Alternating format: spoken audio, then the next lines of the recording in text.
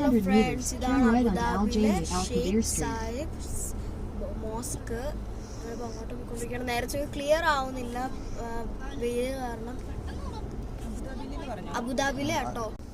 Turn right onto Al. First exit onto the 30th Street, Al Khalij Al Arabi Street. Last full out. Sheikh Zayed mosque കേട്ടോ അബുദാബിയിലെ.